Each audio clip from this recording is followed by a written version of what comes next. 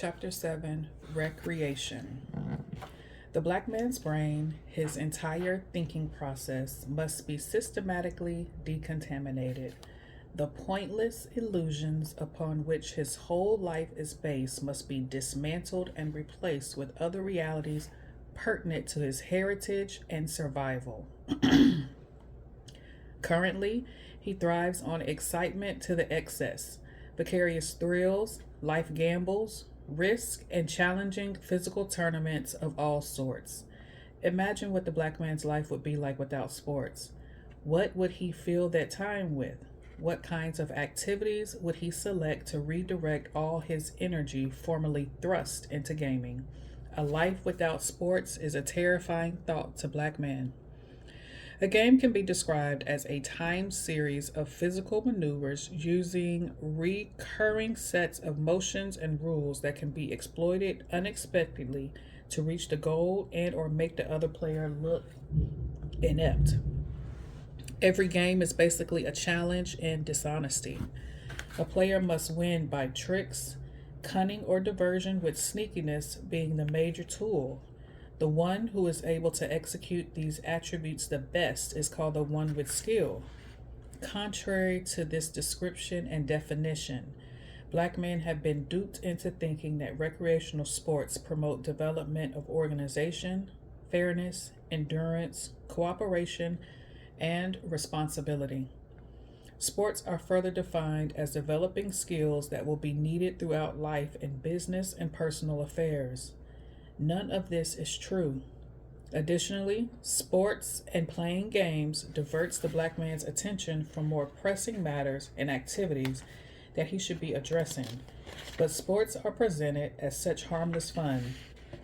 Even black men who, when tested, would be considered a slow learner with a mild IQ can recite verbatim points scored in a game, goal, averages, rules, shirt numbers, who got traded where, type of injuries, tournament winners, position titles, playoff dates, coaches, names, and backgrounds of players, including their mascots and emblems. Discussing sports creates some of the most lively conversations black men have. The topic itself exhilarates them, titillates their senses, and promotes such gaiety. Sports are a way for them to show off their physical prowess. When they play a sport, they get to be frisky. They can frolic, romp, whirl, and twirl. They revel in being able to perform all sorts of acrobatics and contortions to outwit the other players to reach the goal. They like contests where they have to tussle, scuffle, and scramble to win something. They take great pride when they win. Some of them only come to life during the sporting seasons. They will sit glued to the television or radio to see or hear a game. They will stand in long lines to get tickets or sit out in the rain or snow to see a spectator sport up close. Even if their seat is so far back up or that they can barely see, they just want to be there. They will drive long distances, take an airplane or train to attend a sports event, and it doesn't matter what the ticket costs either. The merchandising of sports in America is an activity to itself.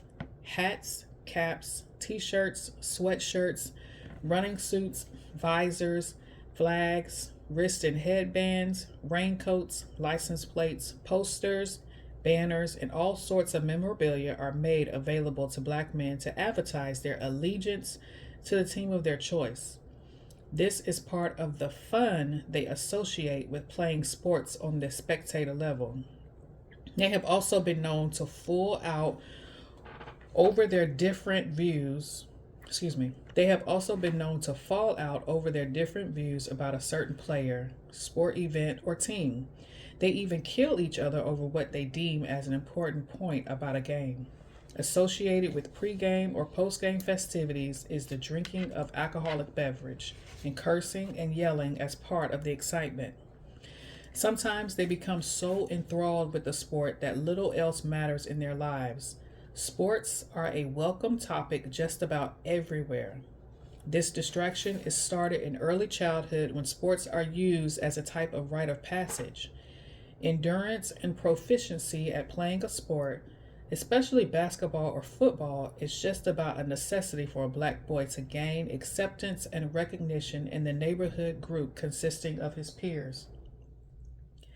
Due to their search for rights to mark crossing over up to another level or entrance into adulthood, they seek out activities involving feats, stunts, collision, or regalement. Sports and game playing fits into the perceived requirements. Once a black boy or adult black man become athletically inclined or worship sports as a spectator, it garners much of his attention span, including concentration and energy. Black males seek a way to distinguish themselves from younger children and embarkment on manhood. Females have menstruation as a flashpoint, at which time they are prompted by another woman about the responsibilities, expectations, and guidelines she must begin to adhere to on coming into adult womanhood.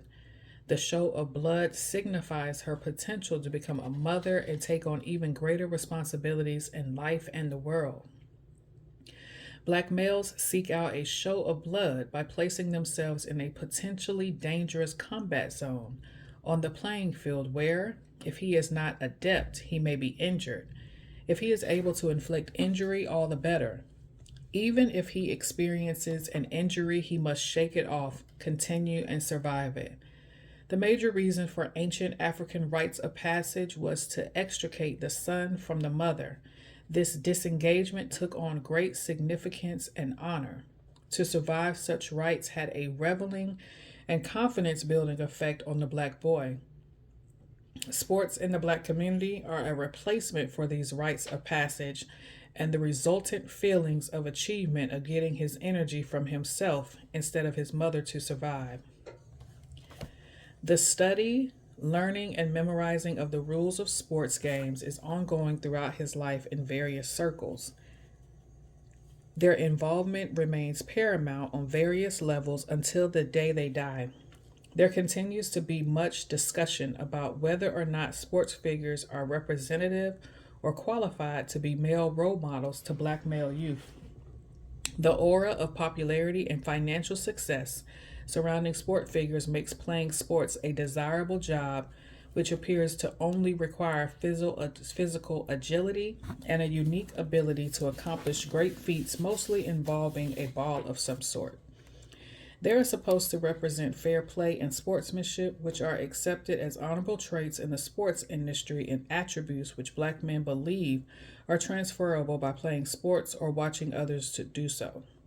Despite many famous sports players displaying ruthless aggression, hostility, impatience, cheating, bad language, rudeness, and intolerance, they are still prompted by the media as being admirable and worthy of great. Sports also gave black men something to look forward to and served as a ventilator for some of their frustrations. Sometimes they play a game to express certain emotions, be they positive or negative. The main sports or games black men like to play, watch, or admire are basketball, football, baseball, golf, pool, tennis, and boxing. They are the least involved with hockey. A few like fishing and hunting. Card games are also popular, such as poker, bid whist, blackjack, gin rummy, and bridge. Bridge is the least popular because it requires such intense concentration. The black men who play chess consider themselves quite elite because it, too, requires thinking, paying attention, and remembering the rules and playing by them. Chess, unlike checkers, is about a war of sorts. Black men who play professional sports tend to earn huge sums of money by playing the game, doing commercials to endorse products, and from personal appearances. Many make several $1 million a year. All of their money, just as with the entertainers, is on deposit in European owned banks. After they become successful at playing sports, they are inducted into white social circles by virtue of their popularity. Many of them are married to white women. They become the heroes of teens and children. Many of them, after an extensive professional career, do not know when it is time to retire. They not only get hooked on earning great sums of money, but get addicted to the accolades and applause. So long after their abilities have mellowed and they have lost their speed and vitality, they insist on continuing to play. They also, especially in the gladiator type sports, developed a masochistic tendency to insist on being beaten to a bloody pulp, humiliated by younger, more viral players, and end up looking like a fool.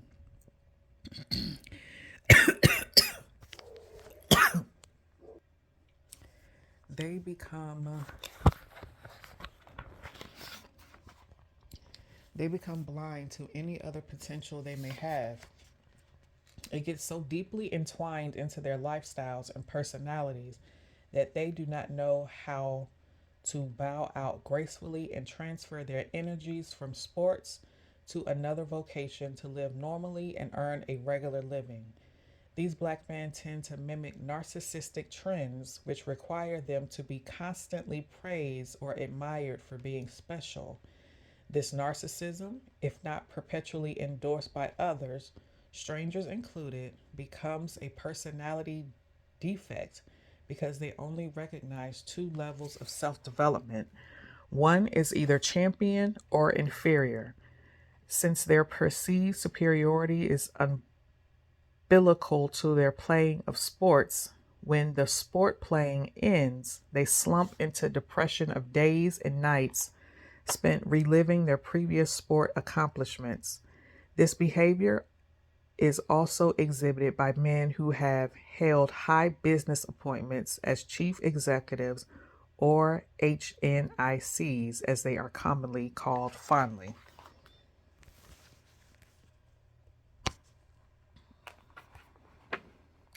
Black men also like to play games of chance. Gambling fits with their secret dreams of striking it rich without having to work for it. They spend money on a daily or weekly basis trying to hit the number or win the lottery. They go to Atlantic City and Las Vegas casinos as if making a pilgrimage. They gamble at cards, shooting dice, roulette, slot machines, or bet on horses or dogs. Gambling is the black man's stock market of sorts, so they invest large sums of money in it, hoping to propel it into big bucks. When and if they win, it often, when examined, only represents a sort of refund of the money they had already invested trying to win. Games of chance played on a local level are shooting dice or playing cards. They are seen in huddles, kneeling on the ground, excitedly throwing the dice, cursing, yelling, and exchanging money. They attach an unrealistic opportunity value to cards and dice and are known to shoot, stab, beat, or kill each other over these games. They work tirelessly day after day trying to gain proficiency at shooting the dice to toss the winning combination of dots to win. It is considered fun. Recreation means to recreate something. So they play sports and games to recreate an activity that takes the place of working or learning skills to support themselves. Black men play too many games. Europeans have always enjoyed sports, especially gladiator type bloody combats. Black men were used during slavery to provide them with these kind of entertaining activities. Black men were featured in the old Drum, Mandingo, and Falconhurst movies, which depicted the lives of the slave masters and the slaves in the Deep South and appeared many years ago in docudrama type presentations. They showed white men training black men to be bare fisted boxers, which they would bet huge sums of money on for the pleasure and boast of owning the most powerful and strong Negro. Black men have always been used to provide physical entertainment for other races because of their expert agility and bodily strength. So even if today they are compensated with high paychecks, they are still being used as agile human machines capable of spectacular competitive achievements. They no longer get patted on their head for winning. Now they get patted on the buttocks, hugged and clapped for. They are fine specimens of perfect anatomy, like sleek race horses, finely coordinated canines, expertly motorized vehicles, willing to show off to the highest bidder. Another example of this cultural amnesia: he thinks he only has brute force to make his way in the world. Black men who play professional sports get a lot of attention from all kinds of women. They can literally write their own ticket regarding who they want to date or sleep with. They travel from city to city, including overseas, and enjoy a bevy of female admirers wherever they go. Recently, they become more aware of the dangers of practicing unrestrained, unprotected, random sex with multiple females. Of course, this only lasted for a short while until the discussion waned and the topic was abandoned by the media. AIDS is a very serious threat to the health of black men in the sport and entertainment industry. Many are getting high to cope with the pressure and to keep up. With such a steady flow of black earned dollars existing among black men playing sports and reaping the attached benefits, the only independently owned black bank in New York City failed to thrive in 1990 due to a financial deficit under $10 million. And not one black man in sports or entertainment came forth to make a major deposit or organize his peers into coming up with the money for such a worthy cause. They have used little of their fortunes to aid failing black owned or black operated institutions other strong black men struggle to maintain. They believe themselves to be so accepted and so valuable to the American public that they are safe from demise or any need to stay connected to blacks still struggling to survive. This does not mean that they do not donate heavily to major charities, but there are no major charity organizations independently operated by blacks except the United Negro College Fund, and that is not entirely black operated because it exists by depending on donations or contributions from white philanthropy. philanthropy. So, what prevents black sports figures or high powered entertainers from supporting African American owned and operated ventures? Answer: the black man is disrelated, unassociated, and detached from any semblance of nationality or brotherhood with his own kind, and he is afraid that his white supporters will define any move he makes to support his own people as a sign of racism or support of black segregation. Many of them boast to the media that they do not consider themselves black or white, they are just ball players. They are the most non political bunch of black men in America. They think they are protecting themselves from criticism or unsportsmanlike reputations. No, they do not owe other black men anything. Theoretically, they don't, but they owe it to themselves and their foreparents who suffered untold punishments to make sure future generations of black men survive. He owes it to his children to maintain visible institutions of the black man's ability and talent to be self sufficient and self governing over his own destiny.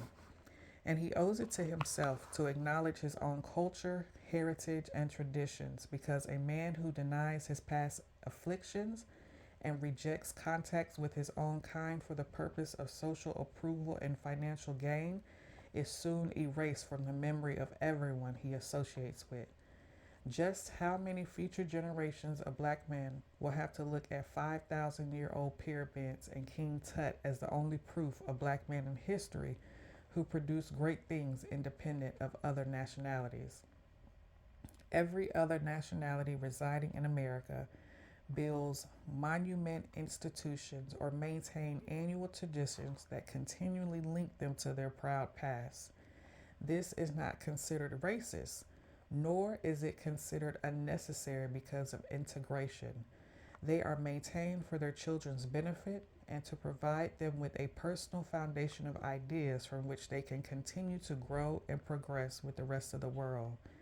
The black man is the only man who has decided that it is not necessary to stay in contact with his roots based on his presumption that men in other nationalities will frown on his efforts. This doesn't make any sense for survival. Professional sports players are only another kind of an entertainer who perform for the amusement of paying customers in an arena. When participating in recreational activities of the sports scene, the black man may frequent dinner spots, take a trip using an airplane, stay a few days in a hotel, or park his car in a private lot. When he uses any of these public facilities, he is known to overtip. Most of them are not aware of the scale or amount to be tipped, and due to them identifying emotionally with the maid, the bellman, the bellhop, or the waiter, they will tip excessively. They also do this to impress the hired help that they are big time spenders who can afford to pass out huge tips. Other black men do not tip at all and take the attitude that they are doing enough by paying for their meal, hotel room, or other basic services. Nevertheless, he devotes a lot of energy in discovering new ways to expend his leisure time. If he works, if his work is repetitive and boring, requiring no real thought or concentration, his leisure time swells in importance. He tries to make up for his dull job by seeking exciting recreation.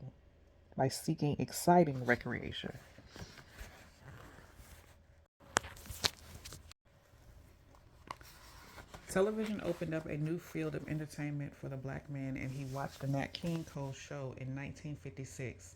I Spy with Bill Cosby in 1956, and Julia starring Diahann Carroll in 1968. Julia was a nurse, a divorced single parent with one son. She worked for a white physician, and nearly all of her son's life centered around her doctor employer.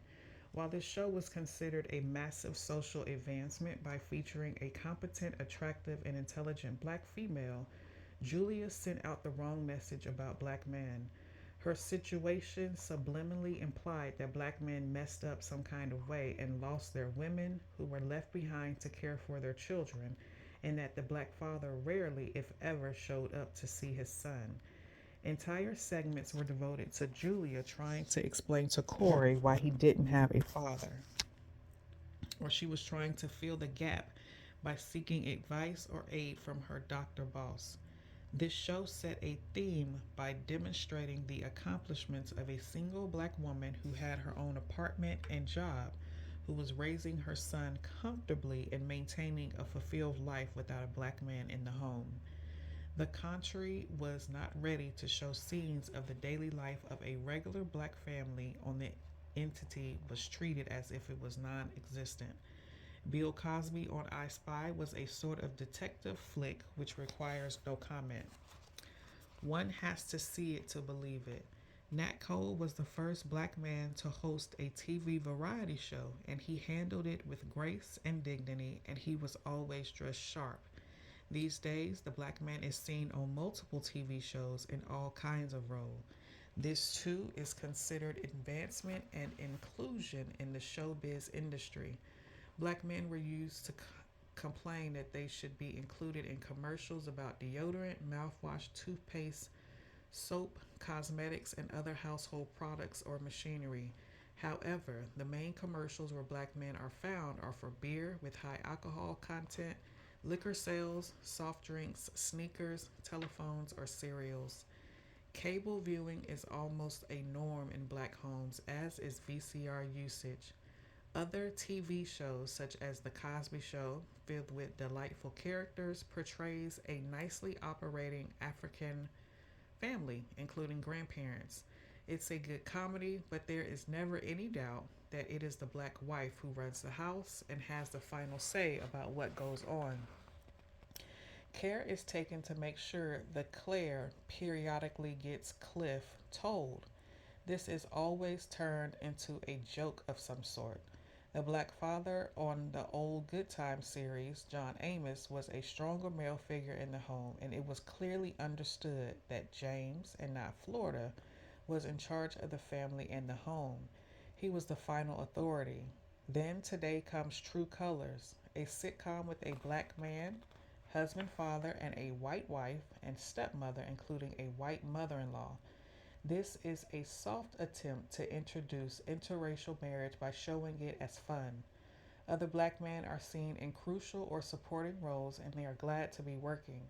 A few black men are seen in soap operas, wooing white women or pretending to be white, and there's even a black woman actress who appears routinely lying in bed with a white male co actor. Theater movie shows black men and white women irresistibly drawn together or vice versa. Whites have appeared on television in all kinds of romantic relationships and never saw a need to present themselves as falling in love with a black person. Yet, as soon as black families infiltrate this medium, practically every other role has them romantically inclined with Caucasians instead of other black people. This is wrong. There is one major operated national television station called BET out of Washington, D.C. and the West Coast.